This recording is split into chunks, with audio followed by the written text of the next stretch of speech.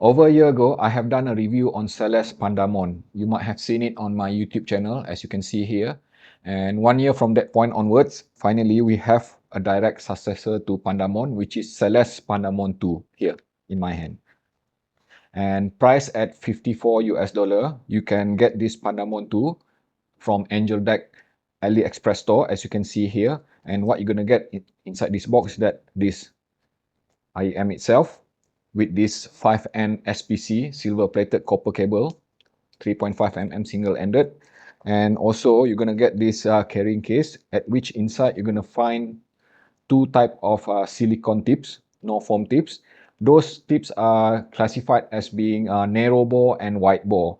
And for my test and sound impression, which I will be talking about later on, will be based on the wide bore silicone tips. A closer look at the build and the construction of this Pandamon 2. Let's just take a moment to appreciate the beauty of this IEM here. Okay, as you can see, it is entirely made of hard resin. The size itself is small, okay, circular, like a marble. And have a look here. It is like this. I'm wearing it, very easy, okay, attached like this. And once anchored in, I would just simply say one thing. The most evident thing, the first thing that I realized was that how good the seal was, okay. I am not hearing any kind of ambient noises, okay, even with these silicone tips, and the comfort is very nice. I can safely say that I was able to wear this Pandamon 2 for almost like the whole day without feeling any kind of fatigue. When we talk about magnetic planar, regardless of form factor, does it mean that this Pandamon 2 will require power to perform the best? And my answer is no. Okay. The reason that I'm saying that is because you see here my phone, Sony Xperia 1 Mark IV. This phone is not powerful at all. Okay. Under 1 VRMS, probably at around 33-35 milliwatt of power per channel. I was already hearing the sort of sound which I would consider as, full and engaging and very well balanced at being musical and analytical. And I did try pushing it up to the chain of power, and I tried Burson Audio Playmate 2 here. As you can see, my reference DAC amp and also this Venture Electronic Megatron, crazily powerful DAC amp, and also my OVDS B1. Let me just, share this.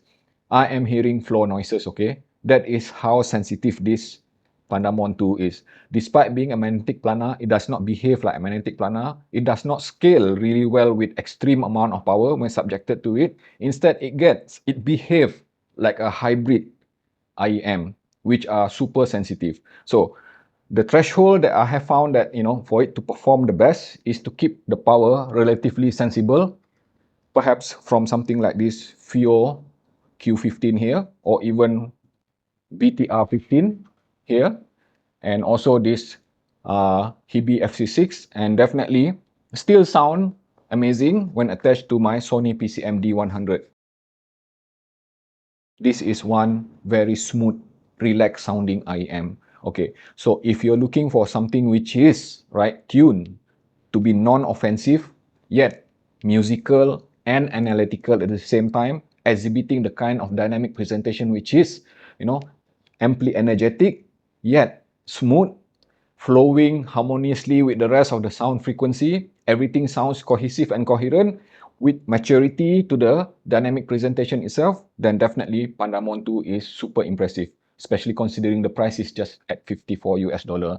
Okay, when we talk about dynamic range presentation, let's talk about the treble itself. I can just simply say that if you are treble head or if you love bright, energetic treble, probably Pandamon 2 is not suitable for you, because the way I look at it, I can classify this as being slightly roll off with the upper frequency, because some of the micro detail with the decay, the uppermost region of treble might be kind of like subdued or even missing altogether, depending on how complex the music is. But by doing that, it also means that this Pandamon 2 is less likely to be sibilant, less likely to be offensive. It does not exhibit any kind of pinna glare anywhere from upper mid-range all the way to the treble, okay?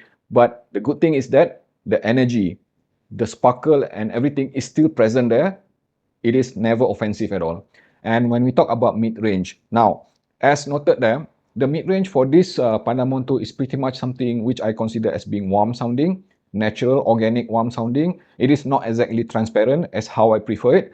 But the good thing is that despite being warm, okay, it also means that there's an immersion factor when listening to certain type of female vocal, especially contralto type or even soprano type from Diana Krall or even Alison Krauss, and even some male vocal, baritone or even tenor type. Okay, so the vocal itself sounded chesty, intimate, and even frontal sometimes, depending on which song we are talking about. The instrument sounded soft. Perhaps soft is not the right word. Smooth is the word. Okay, the attack is smooth. Okay, it was never offensive. It is crispy enough, and the decay itself, equivalent to the way the attack behave, is also very smooth.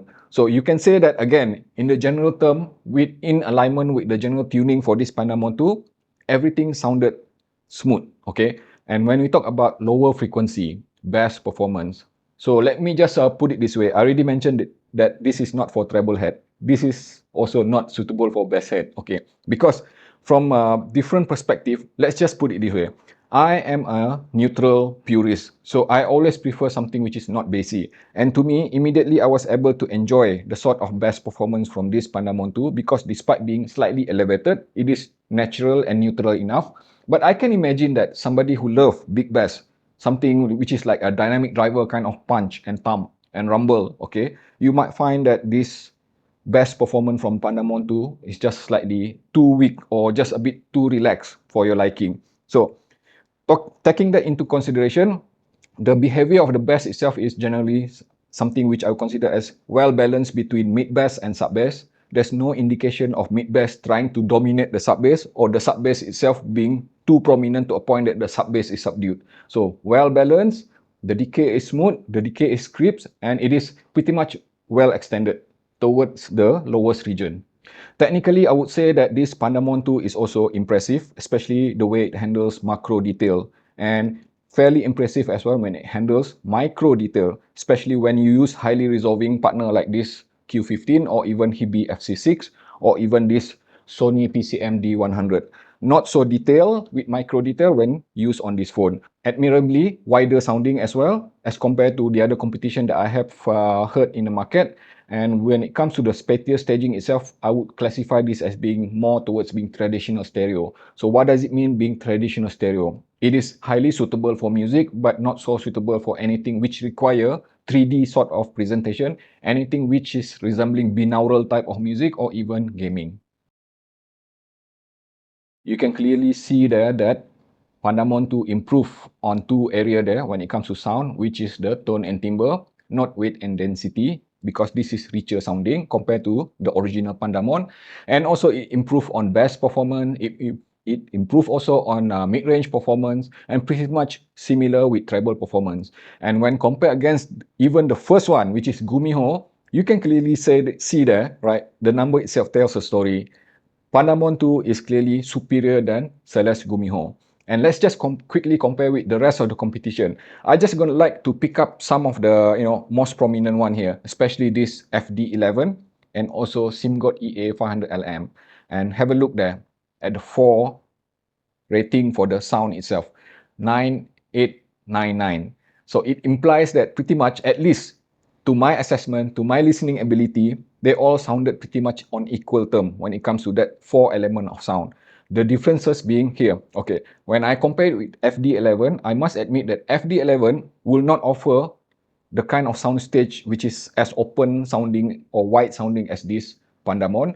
That FIO FD11 kind of a bit narrow when it comes to sound stage, but it does offer a bit more of air and it does offer a bit more of transient speed for that FD11. And when compared with SIMGOT EA 500LM, the most prominent difference which I observed was this, the energy level. If you want something which is a bit more exciting, something which is a bit more, forward sounding or even engaging, then I would say that you should go for EA 500LM. But if you need something which is a bit more relaxed, laid back or safe tune as compared to EA 500LM, for any reason you find that this EA 500LM is a bit spicy for your preference, then definitely I would say go for this Celest Pandamon 2 all the way.